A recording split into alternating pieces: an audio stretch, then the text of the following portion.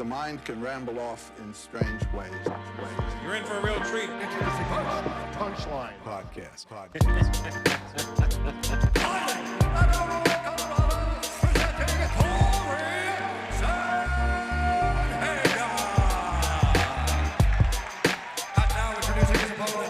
Your next comic has been on the Jay Leno Show, David Letterman. Please welcome the very funny Mitch Fatel. Punchlines Podcast. Oh, that guy's fucking hilarious. Whatever the mind can conceive and believe, the mind can achieve. Punchlines. All right, welcome back to Punchlines Podcast. Thanks for listening. Cory Sandhagen, Mitch Fatel, and today we have Austin Thud Hubbard. Yeah, which I want to get into the nickname immediately. I've been waiting for 4 days since you told me you were here to do this Joker, hey? Yeah. Well, that's funny, Austin, because in school when I wrestled, my nickname was Dud. Yeah. Is that good? That's the best joke I have, man. That was the worst Yeah, I guess it was good. It was good, I guess. That was dying. That was dying on a podcast for the first time. Maybe not to some people. Yeah. Maybe I some know that people was a thought bad it was joke. funny. We'll just edit that out. How'd you get the nickname? I got it after I think my second or third amateur fight, and in the circuit I was back in Iowa. The announcers who call the fight, just started calling me Thud because of the noises of like my kicks Your and kicks. stuff. So, and then like when it got released, the film and everything, people would watch it on YouTube and stuff. Everyone just started calling me Thud. So I was like, I guess I might as well just roll with it. Everyone gave it to me, so I think that's it's how cool. I got it. It's really different. It's cool. I like it. I wonder when nicknames started, because it's just a UFC thing, right? It's not in any other sport, really. Yeah. It's not in boxing. I mean, boxers have like nicknames and stuff. I'm sure they have nicknames, but it's not like big. Like they don't use it how we use it, I'd imagine. Yeah, because it's become kind of a thing now. You have to have a nickname. And you didn't have one for a while. Yeah, I didn't have one. It's almost people like had a said selling Sandman point. to me my entire life, but I just didn't want to do it. To do it. But then I started thinking that how much easier Sandman is to remember than Cory it's a Sandhagen. cool name. Yeah. So it makes sense. It's kind of a selling point. Can I admit to you my really embarrassing nickname story? For me? For everybody. Oh, for you? For the whole 10 people that are listening to us. This is a true story. When I was in camp, there was this really cool kid, and he had a nickname, and I don't remember what it was. It was like Flash or something because he was fast. And I remember thinking, I need a nickname because then I'll be cool. I really wanted to be cool my whole life. So I was like, I'm going to come up with a cool nickname and have everybody call me that. And it's going to take, I remember laying in bed one night going it's going to be so fancy. Everybody at the camp's going to know it. So I went into camp the next day and I go, I want everybody to call me Helicopter. This is true. And they were like, does your dad have a helicopter? I was like, no. And they're like, well, do you really like helicopters? And I was like, no, it just sounds cool. Yeah. And everybody was like, no, we're not going to call you Helicopter. It's a little long, but it's kind of cool. Yeah, it's a little out there. But It I gets remember the people being going. heartbroken because for a while I'd be like, it's Helicopter, it's not Mitch. And they'd be like, we're not going to call you Helicopter. You could have told them you just run around the track so fast. I It's had like no a helicopter. reason. But that's the thing is I think you have to have a reason to have it. And everybody was like, you're just an idiot. Yeah. So anyway, so I did a lot of research on you, and I got so many questions for you. The first is, what's it? I think when we start out in any career, whatever it is, you never know what story you're going to be known for as time goes on. Yeah. You just kind of are living, and then whatever happens, happens. So you're kind of, at least for now, going to be known for your disgusting leg. Yeah. Until something pretty changes. much. Yeah, you're going to be known for your hideous leg. And I just wanted to know how that felt. First of all, were you scared by that? Because it was a scary... Not really. It hurt. I know that. But honestly, I was kind of in disbelief over it because I really didn't get kicked that many times. It was, I think, 7 tops. And I've had fights where 5-round fights where I've been kicked a lot more than that, and I could hardly walk or anything. It was way more swollen, and so I was like, oh, it's just a leg kick. Those don't feel good, so I'll be good. I was actually walked home from the arena we had to take a bus and everything because I didn't want to wait. And so me and Curtis walked most of the way back. So we got Curtis to the Blades. we got to the hotel. We were sitting there watching the rest of the card in the lobby, and as I was sitting there, man, it just kept more and more pain. I'm like, man, What kind of pain was it? Man, I was like starting to sweat. It Like hurt. shooting pain? Yeah, Like- it was just my whole leg. I couldn't move it. Couldn't like anything. Just hurt. Took ibuprofen. Like nothing even put a dent in it. How long afterwards was it till it started to feel like that? I mean, I was feeling it walking out of the arena, and just gradually, every hour, just worse. And everyone kept trying to get me to a hospital. I'm like, I'm not going to the hospital for a leg kick. Like, I'm not. You're a real man. Like, I'm not gonna. A guy named Helicopter would do that. Yeah. So as we're in the lobby, the card gets over. In Canada, it's around 8 or 9 o'clock, I think. And I'm like, man, we had a after party all set up. I'm like, I don't think I'm gonna be able to go, man. My leg hurts so bad. I don't want to walk back downtown and everything. I'm just gonna go to my room and elevate it, lay down and relax. And as we were getting on the elevator, I just passed out. And like I said, I passed out. Wow. And the coaches were holding me because I couldn't walk at that point. I've been sitting for probably 2 hours or so, and I have no explanation for it, but You're I know just a pussy, bro. Yeah, I guess. Yeah, I didn't want to say it because you're bigger than me, but Cory knows what I'm thinking. But in all seriousness, as an athlete now, at what point do you start to get scared that this could be something really serious? And does that come into, because you're now, this is your career, and all of a sudden you're feeling something like that? I gotta assume it's a real scary feeling. I mean, I woke up in the elevator. I was laying on the floor, and I see, Cody and Vinny's big asses just standing over me in the light of the elevator, so I just see their faces. Yeah. And I'm like, what happened? Like, why am I on the ground? They're like, you passed out. I was like, why? And they're like, I don't know. Just lay there. Don't move. I'm like, all right. And Yeah, because probably at this point they didn't know if it was your head or your leg. Because you took some hard shots in the first round of that fight and, too. that's kind of what I was thinking. I was like, maybe I got hit harder than I thought, but like my head felt fine all the way up and really never. I didn't have a headache or anything, so I'm like, I didn't really think it was that. Yeah. I was more so thinking, well, somehow maybe just blood circulation getting cut off just messed up, Yeah. And I passed out. And then when you say passed out, like you literally just fainted, like they said I was out for like 10 seconds. you are kind of a pussy. I guess. I've never fainted, I mean, and who passes out from leg kicks, right? Yeah, that's a good point. By the way, you've given me way too much confidence that I'm calling a fighter a pussy and just feel safe. And I feel safe. I'm trying to get you beat up. Like you would protect me, which you'd love to watch him just come across and. Well, you almost did it yourself by calling yourself Helicopter. So. I kind of did that to my life. So you pass out, and then I pass out. how long are you out for? They said roughly 10 seconds or so. Okay. I woke up and I was like sweating, like dripping sweat. They said I was like white as a ghost, and I was like freezing. So I'm like, man, this is fucking weird. This sucks, but oh well, that's how it goes. Fucking the ambulance finally gets there. It took them forever, and I ended up just going like pretty much across the street. So I don't know what the hell took so long. Yeah. And This was in Canada, too. yeah, this was in Canada. Yeah. And it was Canada Health System, so you waited about a week to be seen, I'm assuming. Dude, it was ridiculous. Yeah. I never want to go to a hospital there again. People don't realize that. I've been there. I did a tour of Canada, and I was like, yeah, it's good to say healthcare for everybody until you're on a waiting list for a month. This is so embarrassing. Why am I bringing this up? But I had a hangnail that was really, really painful on a tour, and I had to go to a doctor in Canada, and I had to wait like for 12 hours just for him to cut off my toenail. You guys are in competition for biggest pussy in the room right now. Dude, it really hurt. Wait till you get a hangnail, then come to me, Austin, Luckily, and talk about pain. I haven't been to the hospital in like 20 years. So anyways, we get to the hospital, and even then, I wasn't really thinking too much of it. I'm like, nah, I'll be fine. Like, my girlfriend was calling me. She's like, do I need to come there? I'm like, no, they're just going to give me pain medicine. I'm going to go home, and I'll be fine. Like, I'll be back in the hotel in a little bit. And, like, we're laying there, and, like, I finally get into the doctor, and at this point, I think it's about midnight.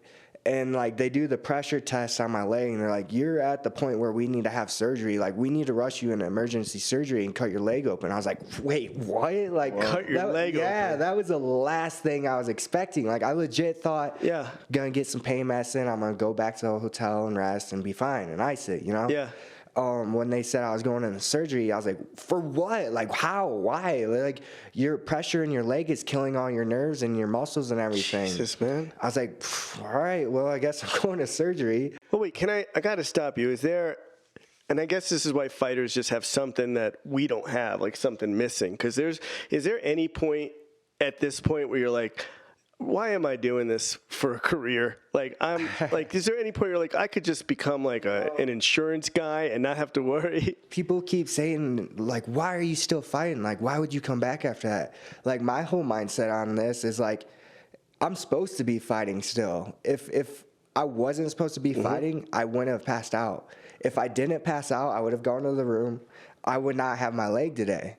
I would be done fighting. Yeah. Wow. So the fact that I passed out for no apparent reason, you know, to me, that's a sign to stay on this path and keep going. So It's just- I don't know. That's just my mindset on it. It's just crazy that we all stay in careers that, like, because there's been times when I've gotten so humiliated on stage where I'm like, why am I doing this? And it's just, I think that I always tell people that say they want to be comedians, and I'm assuming it's the same with fighters. I always tell people when they go, how can I become a comedian? I go, you have to ask yourself two questions. Do you need it or do you want it? Because if you want it, give it a shot, but it's not the most important thing. But if you need it, that's the way you'll become successful. It's like, there was no way I was ever going to drop out, even through the hard times. And so I'm assuming that if there's a guy who goes through that and goes, well, this is stupid, then they weren't really meant to be a fighter. Yeah, probably. Yeah.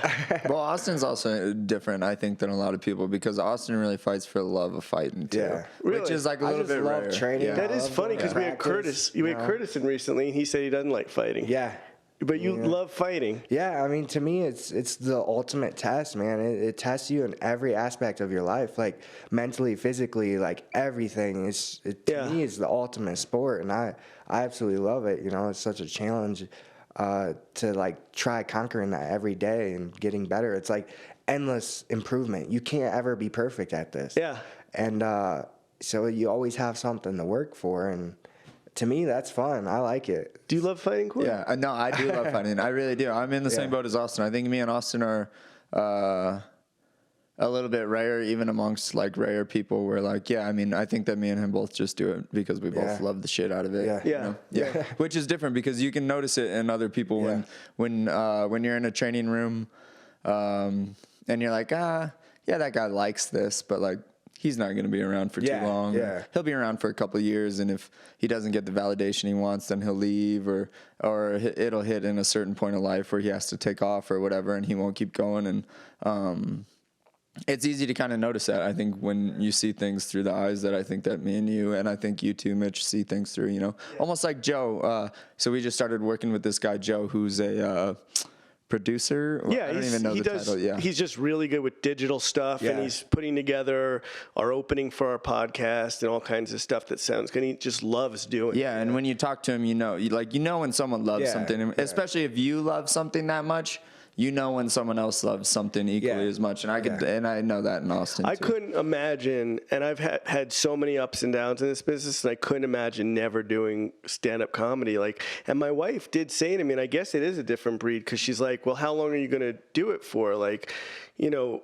And I was like, well, I'm going to do it till I don't get booked ever again. Like, even if and that's really the love of it. And there's something about it that just, and I always said as a kid, like, I used to tell people, like, I don't want to be a stand-up comedian. Like, I'm going to be a stand-up comedian. I realize now that that's pretty cool looking back, that I was so, intent on it. So when did you realize you wanted to be a fighter? Honestly, I never thought I'd be on this path that I'm on. Like, I've always enjoyed sports. I've done a lot of different sports growing up. I've always been a big fan of MMA, watching it even from the start. Like, that's funny because Cory wasn't. Yeah. Cory wasn't a fan of MMA. No, I mean, I enjoyed watching it, but I enjoyed, like, once I started training, I thought that training was way more interesting than watching it on TV. Like, I remember watching it as a kid, but I never was like, oh, I'm going to do that. Who were the guys fighting when you were a kid? Like Tito Ortiz, like all those, Chuck Liddell, Tank Abbott, like those guys. Yeah. Even our family watched boxing as well, like Lennox Lewis and all those guys. And we'd always have get-togethers, watch them Saturday night and whatnot. And like, I didn't start training until I was 20 years old. Like, I only started training because I was bored. I finished high school. The college I ended up going to didn't have wrestling or football. And I was really bored, and my cousin was like, hey, there's this MMA gym. A lot of my friends are the fighters, and, like, they need help with wrestling. Yeah. And so I initially went to the gym just to help the fighters with wrestling practice. Yeah. And I was wrestling with them. I'm like, man, I want to try that. Like, and after like 2 weeks, I just started doing the MMA, and I have not looked back since. And I don't think I ever missed a practice. I remember having fights and literally being back into practice on Monday. And like, I loved training. Yeah. To me, it was so fun. It's weird when people think I'm weird for like punching things or working like that. I'm like, I don't know. I enjoy it. It makes me feel good. It's fun. So you start training, and then when do you get notice, or when do you sign up for your first fight?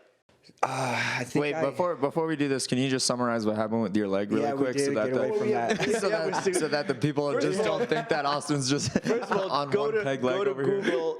This is what you'll be known for, at least until you make something cool happen after this. Just Google Austin Hubbard leg, and just the grossest pictures will come up, and it's pretty cool. Yeah, it did get a lot of publicity. Yeah, I was thinking, and it's so funny because it's just a part of your life, and we'll get back to it, but over the weekend, I showed my sister. My sister came down, and I showed her Cory's fight with Laurie Alcantara. Is that how you pronounce his name? Yuri. Where he's getting the arm bar, and Cory's arm just basically snaps. I was at that fight. yeah, and I was like, funny that's what that's all of a sudden what you're kind of known for. Is it's just like you're known for that arm bar now. Everybody brings it up constantly, and it wasn't any big deal to you. Yeah, completely random. Yeah. But what happened? But you just went to the hospital, and then long story short, like Canada's emergency rooms suck. So they pumped a bunch of juice out of your leg. And then, they stitched you up. I go to surgery, and like I said, I wasn't. My scar is from my knee to my hip. Yeah, it's gnarly, bro. I was not. You're kind of proud of it now, aren't you? Yeah, I'd love to see it. Yeah. Austin's wearing sweatpants. Pants, though. You got underwear on, bro? I was.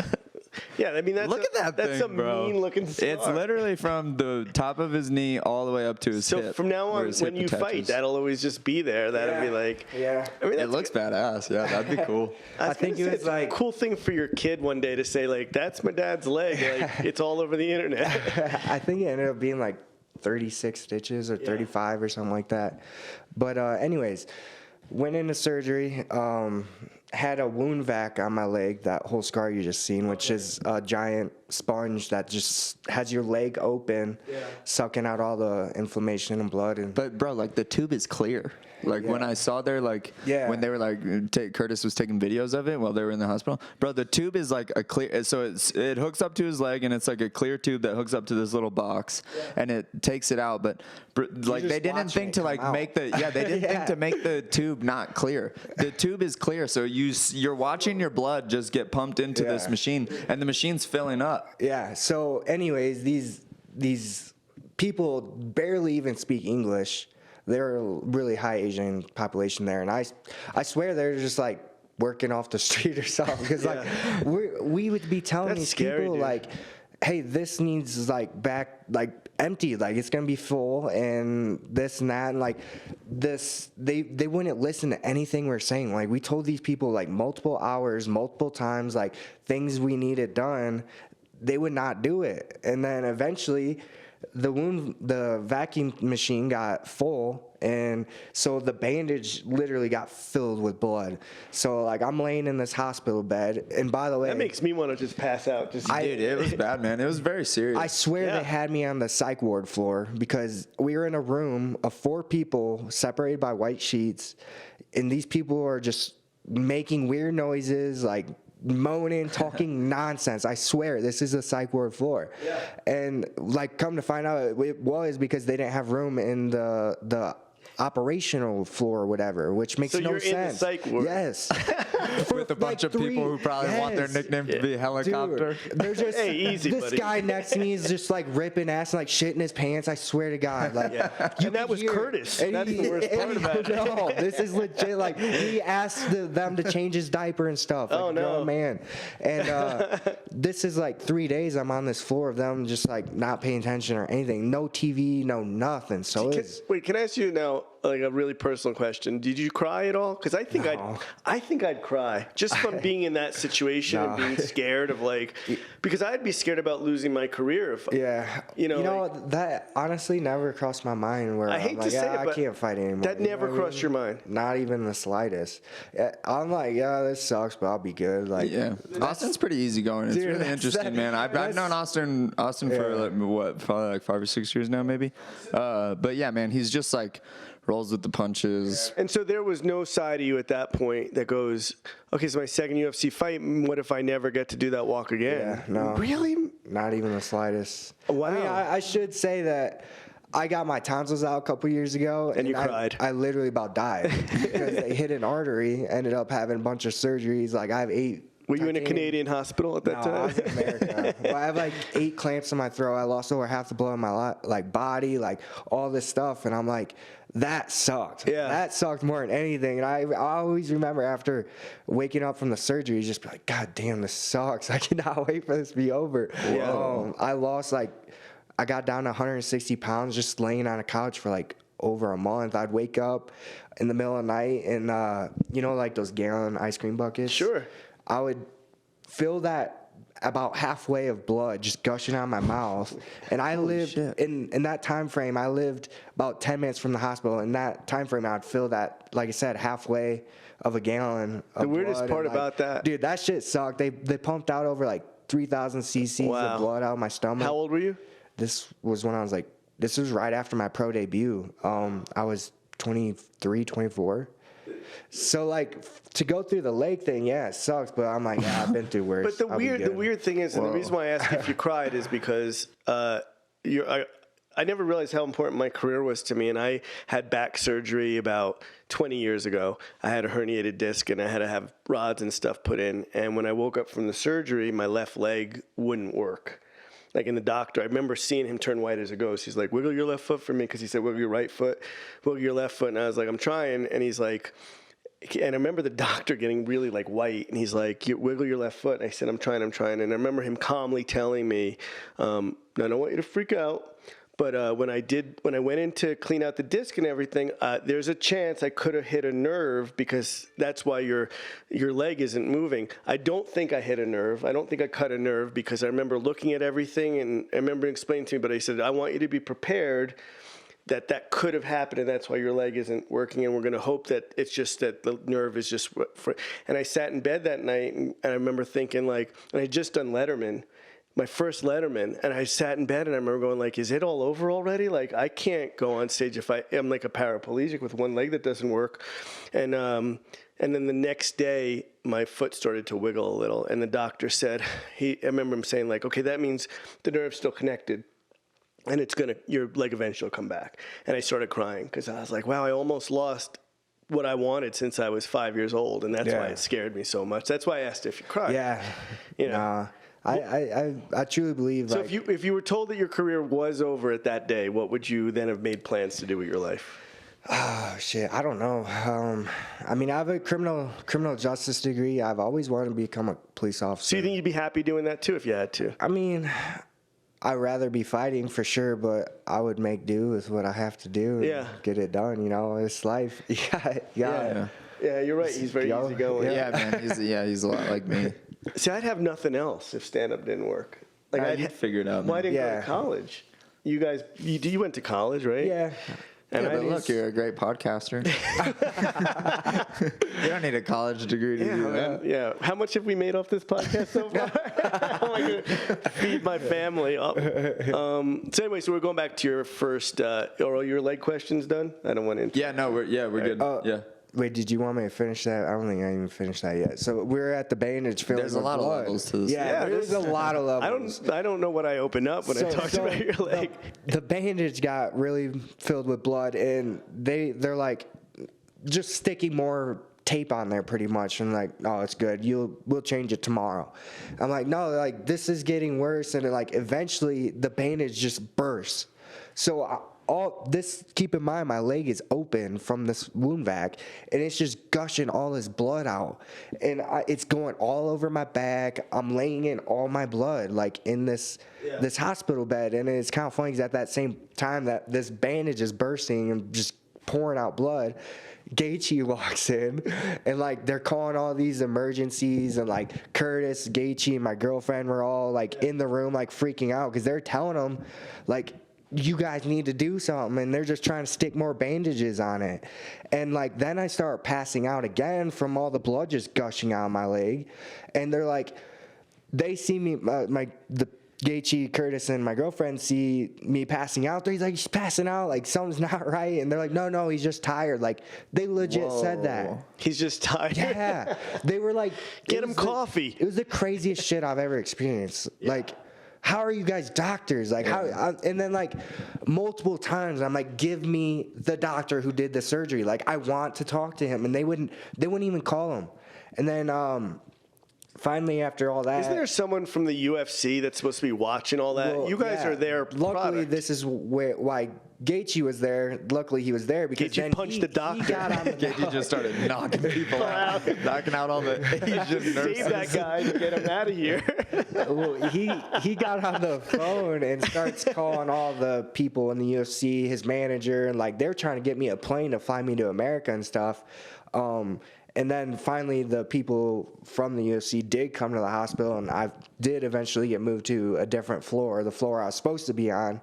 And, I ended up healing up fine and was being a little better. Wasn't there a side, I mean, everything happens for a reason. Doesn't that give you some sort of, wasn't it a great feeling to know that you had just a team looking out for you like that? Yeah, that's the one thing about sports that I think is really cool, is there's just a bunch of dudes that are just, they got your back. Yeah, definitely. Yeah, and that must have been a cool feeling. Yeah, it was. All right. It was nice. Can we move on from his leg? Yeah. Because every time I go into something else, you're like, tell me how many stitches you got. So I wanted to go to your first. So you start training, you like it, and I'm assuming then. So then you told you're going to do your first fight, and do you remember what you were thinking and how that felt? Yeah. So my first fight, I didn't really think anything of it. I've never even been in a street fight, so I didn't really. That's crazy to me. You've never been in a street fight? Yeah. Huh. I've had a lot of wrestling matches, I've done sports a lot, like football, pretty much everything. My mindset was like, oh, it's going to be like going in a wrestling match. I'll be good, I remember my very first fight. Where was it? I was in Davenport, Iowa, I believe. Okay. I remember the bell ringing, like going in, warming up, everything. I wasn't nervous. I was like, oh, it's just fine. I'm good.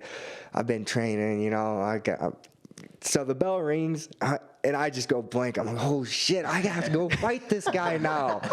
Like, first fight ever. I'm like, I gotta fight him. Yeah. And that's when it hit me when the bell rang, and he's like, fight. And so you're like, what do I do? Yeah, pretty much. I freeze up, dude, and we get in a short exchange, and I take him down, and like somehow he reversed me. And I remember just doing like a regular wrestling stand-up, where you plant your hands and shoot up.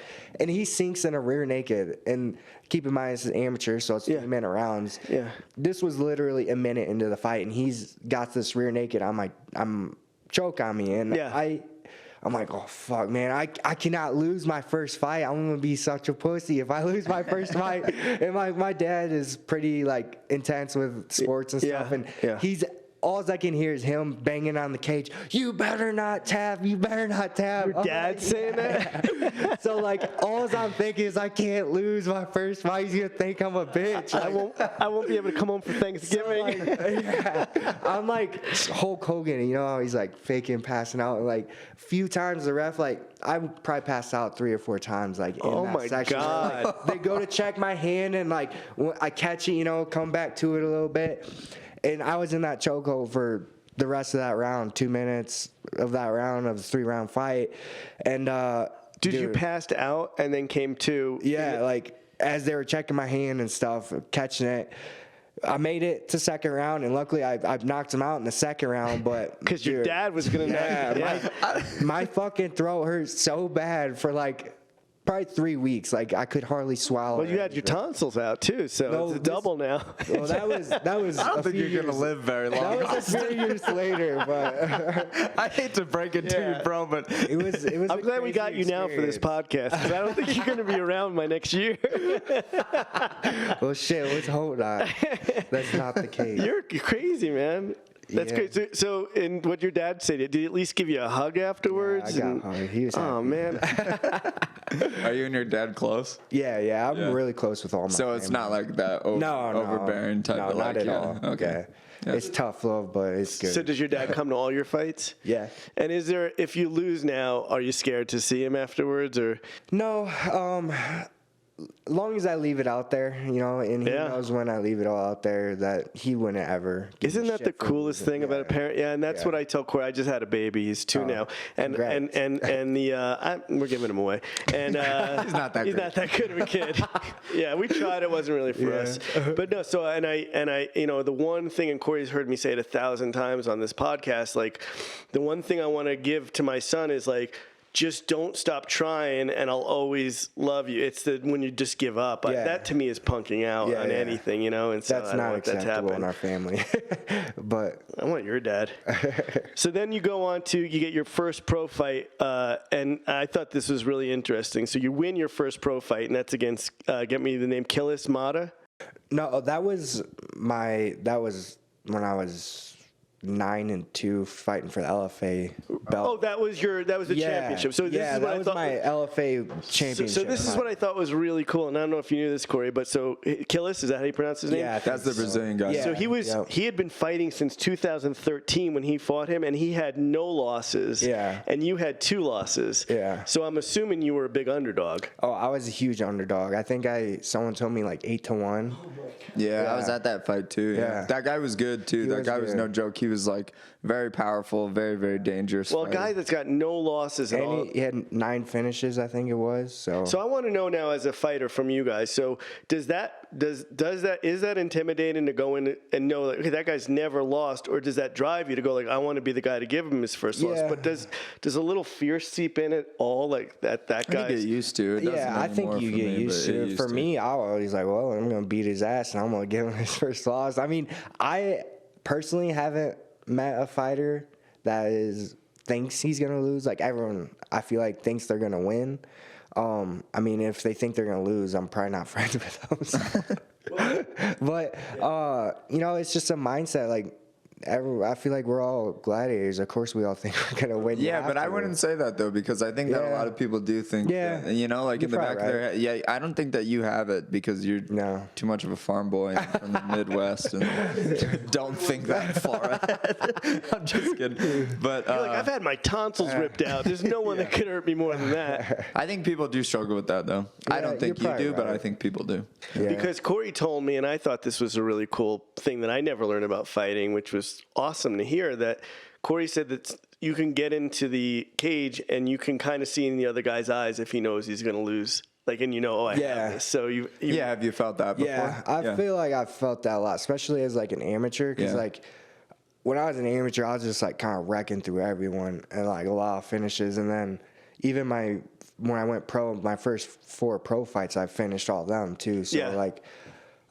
I definitely know what you're talking about. And you kind of can create, like, maybe that's why I don't ever think I'm going to lose, because I've, like, I don't know, maybe. And how good do the wins feel? Are they, I mean, like, what kind of joy do you get from that? And do you get to? Yeah, it's the coolest feeling ever, It's like everyone's cheering you on. You work so hard for this, and I don't know, like I said, it's the ultimate sport. And when you win, it's like, yes, I conquered this task, It's...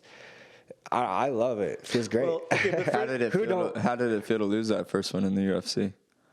Obviously, I wanted to win. Davi Ramos. Ramos. Ramos. Yeah. I mean, he's a really tough guy. He's a black belt. Yeah, he was multiple world champion jiu-jitsu guy. His last fight, he fought in the top 15 of the division. I knew he was a tough guy.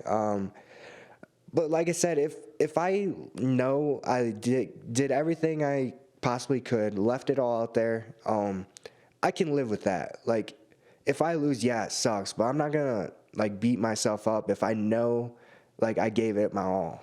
I think if you beat yourself up, though, you can't make it in this business because you'll just kill yourself, you know? I mean, this is a very hard sport to go undefeated in. Like, there's so many aspects to it. Like, you're gonna lose more than likely at some point. I just really try taking those as major learning lessons and learn from it, get better, grow. What is your come back stronger? Do you guys? We were talking about that you guys are part of a team, and I think that's really cool. Is there ever a sense that you let down your team? Because those were the guys that trained with you. Those were the guys that are rooting you on and stuff. Like, is there? Because it's not just you; it's your team. So, do you ever feel that like now you've let them down more than yourself, even? Or like I said, it depends on, because I've had losses where I'm like, damn it, I feel like I could have done a little more. And that definitely eats me up a lot more than I think so, a loss where I'm like, damn it, I gave it my all, but I still lost. So it kind of just depends on like the situation and What happened in those fights? And what would you do different? Because I hear people say that, but I've never experienced something like that. just like playing it too safe. Okay. Not, for me, that's what I mean when I didn't, where I'm like, I've had wins where I was more pissed off about how I performed getting that win than any of my losses. Like, I've had probably 2 or 3.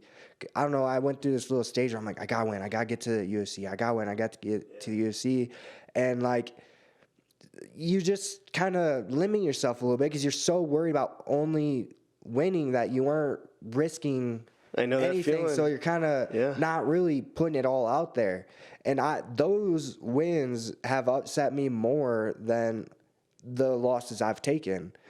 Even my last fight, like, I won it. I was not that happy at all because I feel like I could have done a lot more. And like, it's a learning experience, and you just got to figure out why that happened and adjust, and hopefully it don't happen again. I know exactly that feeling of needing something too bad and forgetting that it's just about the art of what you're doing, because I had done the Conan O'Brien show when it was a pretty big show when I was younger, and then I didn't do it again, and they asked me to do it, and I said no because I was doing Letterman shows, so it was a stupid thing to do. But then years go by, and I go, you know what I got to do? I got to get back on Conan. I remember thinking this to myself, and I just made this goal. I got to get back on Conan. I got to get back on Conan, because we were like now, and I finally got an audition for them. And I remember thinking to myself, like, the story's going to be great.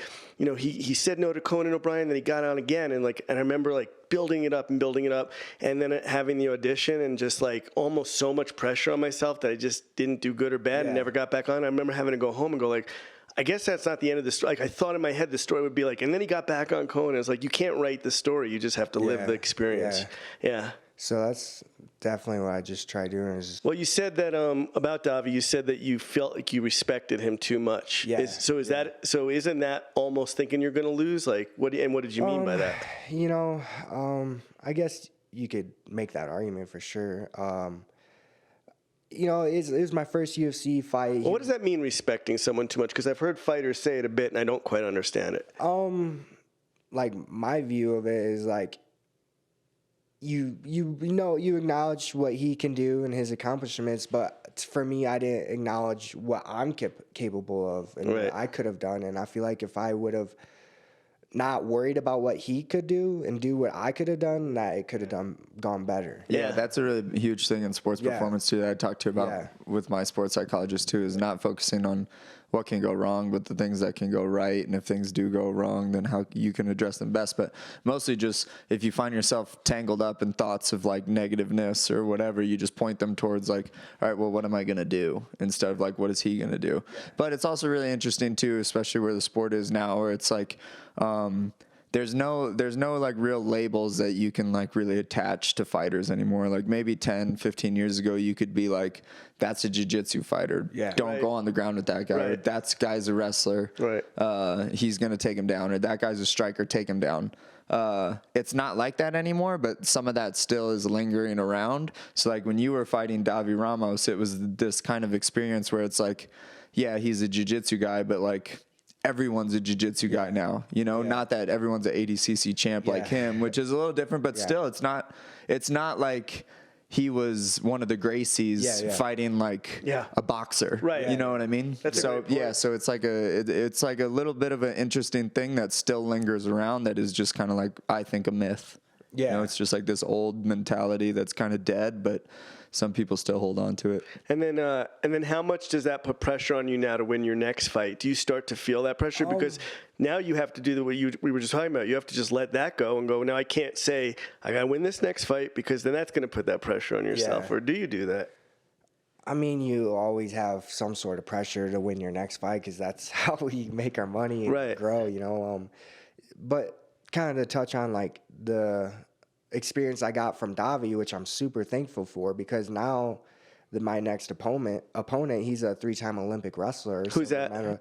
Mark Madsen. Okay. The guy you're fighting next, or the guy that you fought? Fighting in March, Oh, okay. Yeah, I know Madsen. Actually, I've seen him fight. He won his first fight. Oh, yeah. We talked about him. Okay. So, like, that's kind of a similar situation where, like, I could be like, oh, he's such a good wrestler. Like, he has all these accolades. But now I'm like, dude, I'm a good wrestler. Like, I don't need, I'm in there, like, with the top of the world. I held my own. Like, I don't need to worry about what he's going to do. I need to worry about what I'm going to do. Right. So, like, it's like I said, a good learning experience I had from that I can bring into this. Yeah, that's a good way to look at it. And hopefully, you know, go out there, perform well, and get the W. And I always thought, like, if you look at it like, what a fun thing it is to be able to test yourself and go, and not to be intimidated and just go, because I've always said that the way I've always gotten anything in my career is always by going like, saying like, well, let me see how I do. Like, let me give it my best, like you said, and almost taking the pressure off of myself. And the only time I've ever sucked at anything is when I go like, I got to do this. It's amazing. And we were talking about sports psychology, like how your mind just plays with you when you think you need something more than you actually do, you know? Yeah. I heard some statistic the other day on some podcast that I was listening to. It sounded like BS because I have no idea how anyone would summarize this, but it was like, we have some like 7,000 thoughts throughout the day. Yeah. And 90% of them are negative.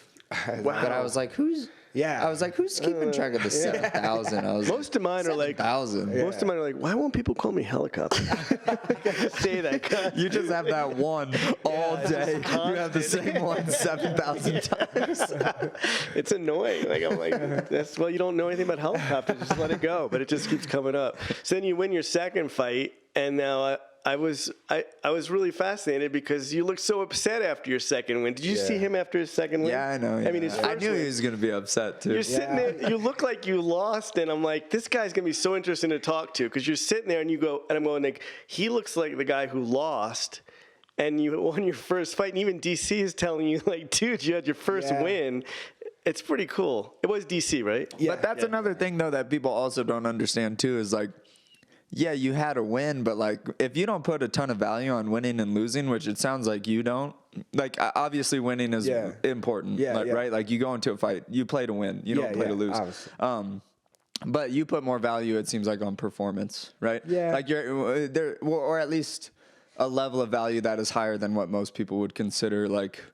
I think that they would do, right? Where it's like you said that you won a bunch of fights that you said that you were happy or you were sad about because you didn't do as much and you didn't perform as well. So that's obviously very high on your value scale. So like when someone is like, you should be happy you won, it's like, yeah, but if that doesn't have as much value as like the actual performance aspect of it too, because I mean, we talked about it earlier, you're one of the guys that loves to do it and you want to be really good at it. Yeah.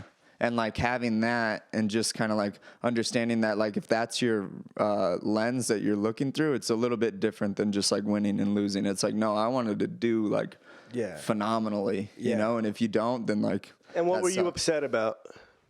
You know, to me, I just felt like I had such a good camp that literally every day was my best day. And like I really had this really high expectation of going into that fight. That's a successful person that thinks like that, And I just don't feel like I lived up to that expectation, and I was just really upset about it. You know what I mean? And for me, like I feel like if if I can feel good about the way I performed and know I did everything, regardless of the result, like I can live with what happens.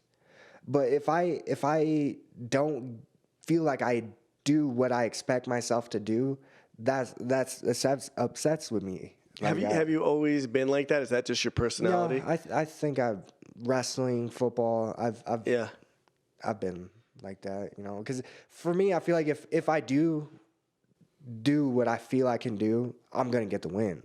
That just comes hand in hand. And when I don't know, it's just when I guess I put high pressure on myself to perform the way I expect myself to perform. Not you won the fight, you should be happy. Well, I know I won, but I could have done more. I felt like. Cory, have you ever had that experience in a fight where you won but weren't happy with yourself? Yeah. Why? Same thing. Yeah, playing it safe, I would say. Yeah, if you win and you play it safe, it's kind of like, what was the point of that? Yeah. You know, if you're like if you play a game and you know that you're gonna win and A, B, C, and D is gonna make you win, like, where's kind of the fun in that? Unless like A, B, C, and D are fun, but like sometimes in order to like win, you don't do like what's fun. You just do what's gonna get you the win. But I was gonna say you know how you were saying to me a while ago, like, man, I just really like how much confidence Cory has, like, in performing. That's how I look at Austin, where I'm just like, man, this guy has, like, a lot of confidence. Yeah. It's very unnormal, I think, because most people will second guess themselves, or I don't know what reminded me of it when you were just talking just now, but you said, shit, I just lost it again. You said, I know that if I go out and do what I know that I can do, then I'll win. But not everyone feels like that. Like that's like a really special type of confidence. Well, because what I take from that fight, I mean, this is what I could give to you, I guess, because I think, we talk about this. Why do people like watching fighting? And I think, or why do people like sports? And I think sports is always the love of the comeback, because we all want to know in our hearts, and a lot of people don't have the guts to do it in real life. We all know that, like, we want to believe that even if you're down, you can still fight and get back up. And what I took from that fight was you lost the first round, and then you figured out what you had to do, and you came back and won. So the thing that I take from that is that you now can trust yourself that you're never down. Yeah. Does that make sense? Yeah, I've had a few fights, I guess, now where the first round didn't go my way, and I'm able to fight back and get the win. So if you want to talk about like fight of the nights, bro, like who is the one kid you fought that was really tough? It was in Vail.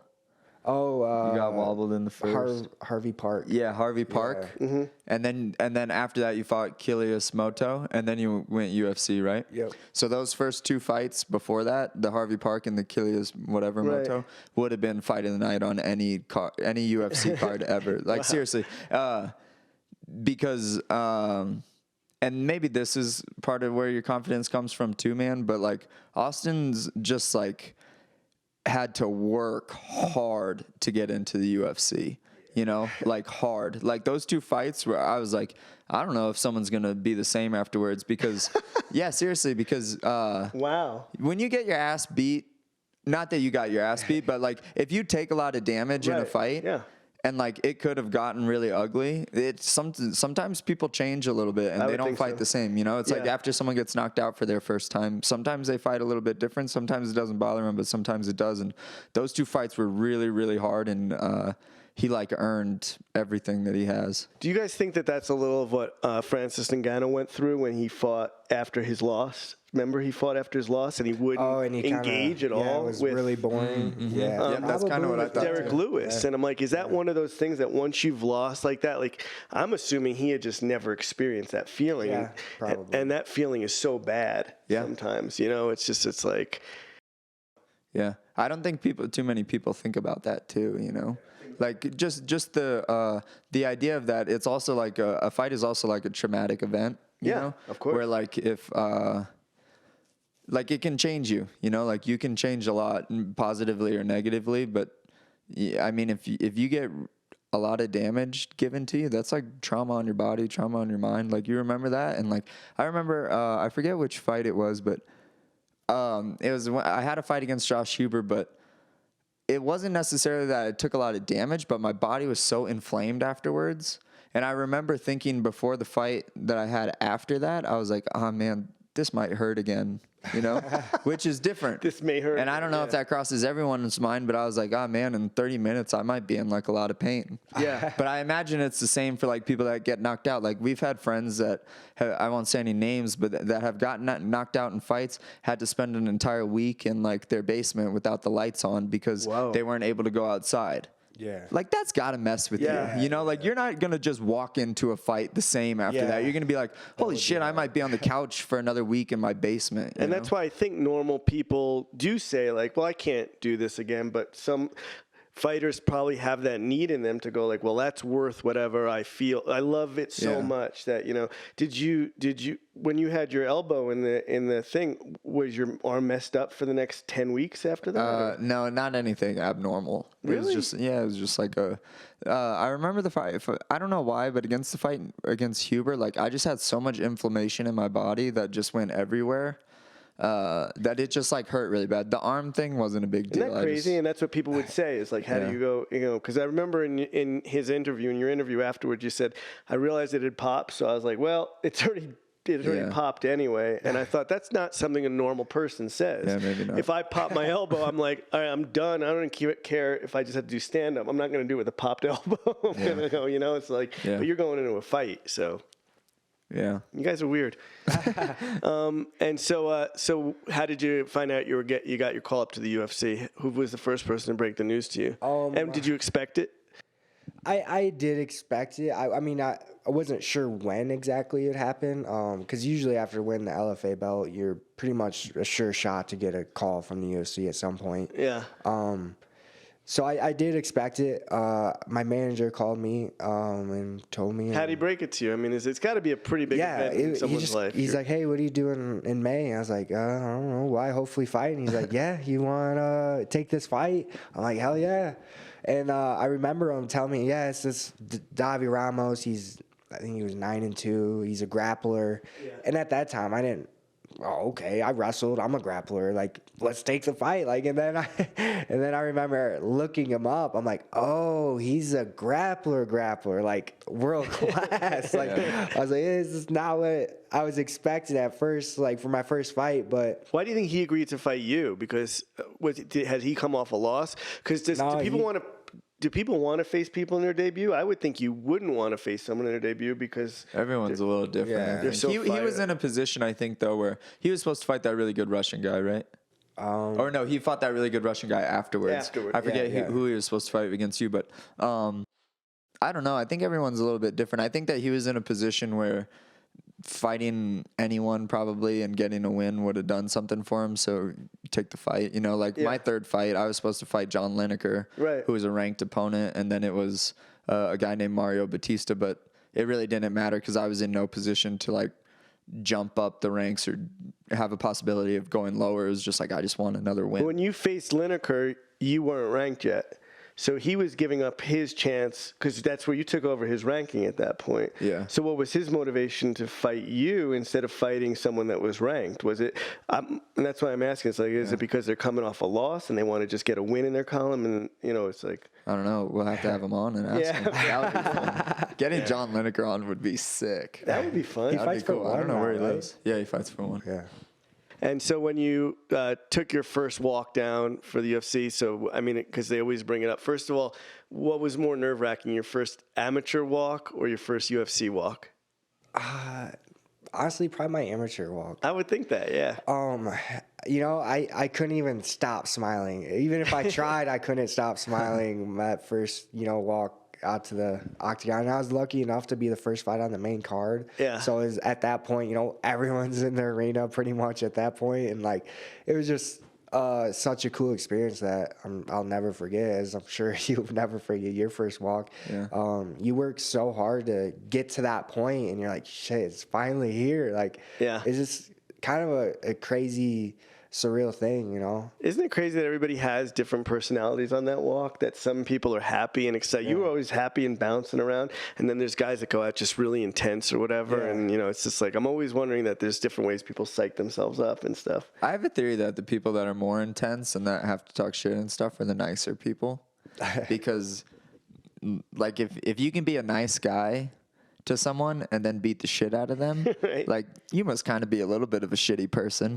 But like if you got to get mad at if you have to get like mad at the person and insult them and stuff in order for you to like create a fake hatred that's there so that you can get mad enough at them so that then you'll want to beat them up, then like you might be a good guy. So you're saying you're saying you're a dick because Yeah, I'm a dick. You've told me numerous times that like he wasn't. Do you know that nobody was mad at he was the only person that was not mad at Frankie Edgar for passing it up the fight. We were all mad. And he's like, no, you kind of understand him. He's a good guy. I was like, how could you not? But so you and you also are one of those guys that help people up after the rounds and stuff. Mm-hmm. You're the nice guy At the end of the fight. No, so something. I make sure I don't try to help them up in between the rounds because it's important that they know that like, no, you're the small fish, I'm the shark. Yeah. Have you ever had anyone not shake your hand or something like that? Yeah, I remember it was I hate that. second or third profile. I've never had anyone like try get in my face or anything like that or talk, shit or anything. And I remember this dude just like really in my face at weigh-ins and trying to act all hard and stuff. I'm like, I'm gonna beat the shit out of this dude. And Right, I would think it would just make you. That made me mad. I'm like, how are you gonna treat me like that? Like, How dare you? Yeah. I finished him, I think, in the first like 2 minutes of that fight. I always say that's where Conor McGregor didn't realize he was messing with a different guy with Habib. It's just like, it works with some guys, but you just don't do it with other guys. And he obviously had gotten so used to the fact that works. Yeah. Which kind of shows that he's a little bit dumb because he probably should have realized that Habib was a guy that's not going to work with him, I would agree. Yeah, but I think that's also why he went kind of far with some of the things that he was saying too, is because he wasn't getting that reaction that he wanted. Yeah. So he started kind of, Yeah. So you've never had anyone just get in your face and talk a lot of trash. Do you think that would affect you? Like if you were fighting someone like Conor and he got in your face like that, do you think you let that intimidate you? I wouldn't be intimidated. I would be like, all right, you're definitely I'm going to do everything I possibly can. I mean, I already do that. I don't know. I guess it would give me a little more fire. Yeah. I wouldn't like let it eat at me and like drive me some crazy running in there and just swinging. I would still, I feel like, stay composed. Yeah. It would make me feel some type of way, but I don't think it would affect me enough to change how I fight or anything like that. Yeah. Yeah. What about you, Cory? Has anyone ever gotten in your face big time like that? No, not really. Because you're such a sweetie. I don't really care. Yeah. I don't really give a shit how people treat me. Yeah. I'm kind I have of a really low self-esteem. You can treat me however you want. He doesn't care. Yeah, he doesn't care. And so I also heard you say in an interview, I don't know if Cory knows this, but that Cory was one of your mentors, that he helped you a lot coming up and stuff. And you talked about him like that. So how did you meet Cory, and was he nice to you immediately? Because I was always thinking at comics, we're not nice to guys until we see they're funny. Like if a guy shows up, like it's one of those things. I would argue it's the same in fighting. Yeah. Like if someone's new in the training room, I mean, I don't know why we do that. We just do. Yeah. It's just a normal, like, kind of because there's so many people that say they want to do comedy, and they'll come in and they'll talk big about themselves and stuff. And like even me, when I first started going to open mic nights, I was like, no one will talk to me. And I was really intimidated. And then once I'd get on stage, people started being nice to me, and I was like, oh, that's kind of how it works. They want to see first who they're going to be, and I guess that's just the community that you make, in a weird sort of way. Yeah, I think so. Yeah, it's a little bit of the culture. I think. Yeah. I think we're pretty good about it on our team of being nice to newcomers. But you know who was like that is Donald Cerrone was always like that to me. Donald was never nice to me, never said hello to me, and I knew him all the way from the Grudge days, so I had known him for like 10 years. Yeah. And like he was never nice to me until I trained with him, and like he was like, oh yeah, he doesn't suck, and then he was nice to me after that ever since.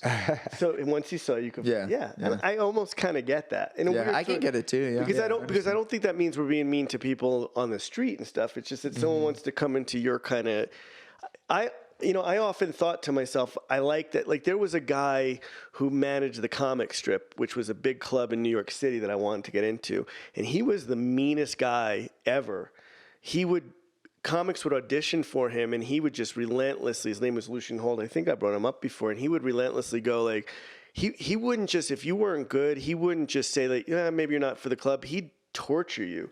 He would take you in his office and he'd say, because he did it to a friend of mine that wanted to be a comic, so why do you think you should be a comedian? And the guy would be, and he'd be like, do you think that was funny, what you just did? Like, and he was relentless, and people would cry, and they'd walk out, and everybody would say, Lucian holds a dick, Lucian holds a dick. And Lucian Holt took me into his office one day, and I was like, I'm about to get it. And he's like, are you available to do Wednesdays? Like, he wasn't a guy that was funny. I remember thinking like, oh, that's what you have to go through to realize you're funny. And it's like, and I liked that. And I thought you shouldn't be nice to the young guys because they have to prove that they can go through the shit that they're going to have to go through. Yeah, that's true. Yeah. Yeah. And then the final thing we got before we go is I just have something you wrote. You said, I've just now recently begun to sleep fully through the night and not waking up thinking about the fight. Do you remember saying that? Yeah. So can you sleep through the night now when you have a fight? This one's been weird. I feel like every fight I get, or at least the last couple fights I've gotten, last handful, I think you just naturally think about it. I constantly on my mind and like wake up and I'm thinking about it. What am I going to do? This, that. And it hasn't, maybe because I bet once I sign that contract, it'll happen. I haven't signed a contract yet. So I probably not, like, obviously I'm thinking about it, but I haven't had that problem yet because like I got to the point where when I fought, like got signed for Davi and like I had to go get like melatonin and stuff because I would wake up and be wide awake at like 3 a.m. And if I didn't take this melatonin to fall back asleep or something, I'd be up for like 2-3 hours just wide awake thinking. Just going through in your mind what you would do if he does this and stuff. You have that experience, Cory? Nights before fights? Yeah, sometimes, it's almost like a manic type of thing where it's like, no matter what I do, this recording is going to play in my head. Wow. Yeah. Yeah. And it's only the first usually 2-3 weeks, maybe 4, that I get the fight, and then after that, I don't think about it. But I'm sure that you get that too in comedy, right? Where you just are probably reciting a joke over and over and over and over again when you know that you have a big show the night. Well, what I do obsessively is when I was 15 years old, my parents brought me to see a comedy show. I'll always remember, 13 years old. I remember they brought me to see a comedy show. I was at like some sort of resort, and this comic came out, and he was the typical comic. He came in, he was wearing a jacket, and he's like, and I remember him going like, hey, how you guys doing tonight? You doing? And I remember thinking to myself in my seat at 13, God, it would be so interesting if the guy just came out and instead of doing what every comic does, just said, hi, I'm really funny. I just remember thinking that as a kid. So when I started doing stand-up, the first thing I would do is go out and say, hi, I'm Mitch, and I'm very funny. It's on all my CDs, and I would always get a big laugh. So before big shows and auditions and stuff, I would obsessively at night say that to try to get into character. And I remember going like, and it didn't help me in a weird sort of way. Like that's what I'm saying is it would just be like hi, and I started going, I have to just before the show get out of that state and then just think about other stuff. Yeah. So that's what I'll do before big, Yeah. Do you sleep fine on the night of fights? Yeah, the night before I usually do. Really? Yeah. I do too. Yeah. Like I said, it's literally only the first like 3-4 weeks, 2 to 3, 4 weeks, and then after that, I don't. Obviously, I think about the fight, but it doesn't like weigh on me much. I just train, like it's any other day, all the way till the night of the fight. I think before big auditions now, I'm gonna probably just be thinking about your leg. That's just gonna kill me. It's gonna obsessively keep me up. It's leg. Funny that everyone like will keep asking me about my leg and stuff. I'm like, and it's completely fine. They told me I wouldn't be able to walk for 4 to 6 weeks. I was walking after the first week. Yeah. They said I couldn't train. So you're fine now. It's just all good. They said I couldn't train for X amount of months. I was training full out after 2 months after the last surgery. I had 3 surgeries in that week I was in Canada, and like. Strengths, everything's back to normal. Like I only had to do physical therapy for 2 weeks before like we can't even do anything more for you. You're so past the point of like rehabilitation that you might as well just go work out and do what you want to do, because I was just blowing through all this exercises and rehab stuff they wanted me to do. So, like, I never thought about it too much. I'm like, I'll be good. If this gives you any motivation, if you lose your next fight, me and your dad are going to be talking about you so bad. I already have his number. And we're like, we can't want to trade sons?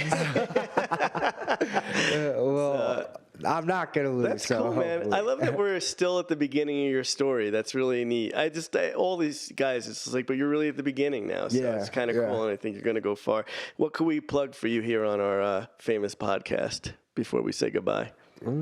Your website, your Instagram, your... Yeah, my Instagram is AustinHub155, and then just social media is Austin Hubbard. Yeah. I want to say hi to Jax. Yeah, I want to say hi to Jax, my dog. By the way, I don't Austin's know... an obsessive dog owner, bro. He loves his Dude, dog he like loves he's a it. human person, bro. I love him. He loves me. And we got a good relationship, father son. Maybe your dog should corner you instead of your dad. If he wasn't so mean to people, I would. Yeah, bro. Jax almost bit someone at the park when we were playing a game. Yeah, He's Jack's- not the most approachable. He's a dog. trash talker? and he's like 135-pound Doberman. So Nice. All right. Cool. Well, my Instagram is helicopter. And what else? What else are we supposed to ask for? We're just learning how to do the plug stuff. You say your Instagram. You don't have a website yet. Yeah. I don't really have a website. All right. Well, Yeah.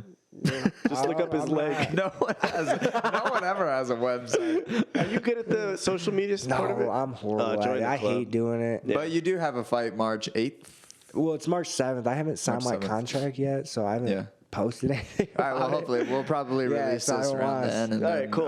So Yeah. Austin will be fighting March 7th against What card are you on? who knows who. Or what card will you hope? The main event is Israel Adesanya versus Yo Romero. That's a pretty good card. Yeah, Wow. it's stacked. Who do you pick for that fight? I think Izzy's gonna take it, but I don't know. It'll be. It almost scares me. He's me such up a at night. freak, so it'll be. Watch his interesting. facial expressions in his fight. You'll be more scared. Why? He just looks like he's like on like some like ayahuasca trip and like Yeah. walking through like hell, man. Watch it. It's Dude, weird. I was you were on the card when he fought Costa, Yep. and I was there at that card, and like just you could hear from where I was sitting, you could hear like the kicks and punches that Costa was landing, and this didn't phase him at all. Yeah. It's crazy, but We should have it'll Yoel on. be- We should have Yoel on, but no one would know what the fuck he would be saying the whole time, which would be awesome. Yeah, that would be fun. I'm a fan of his too. I would like to. yeah, get him on. Yeah, I'm a fan of both of them. It'll be an interesting fight for sure. Yeah. All right. Well, make it happen. Tell me what a good time you had on our podcast. All right, and- I'll see what I can All right, do. man. Thanks, Austin. You're Yeah, great. thank you for having me. Podcast.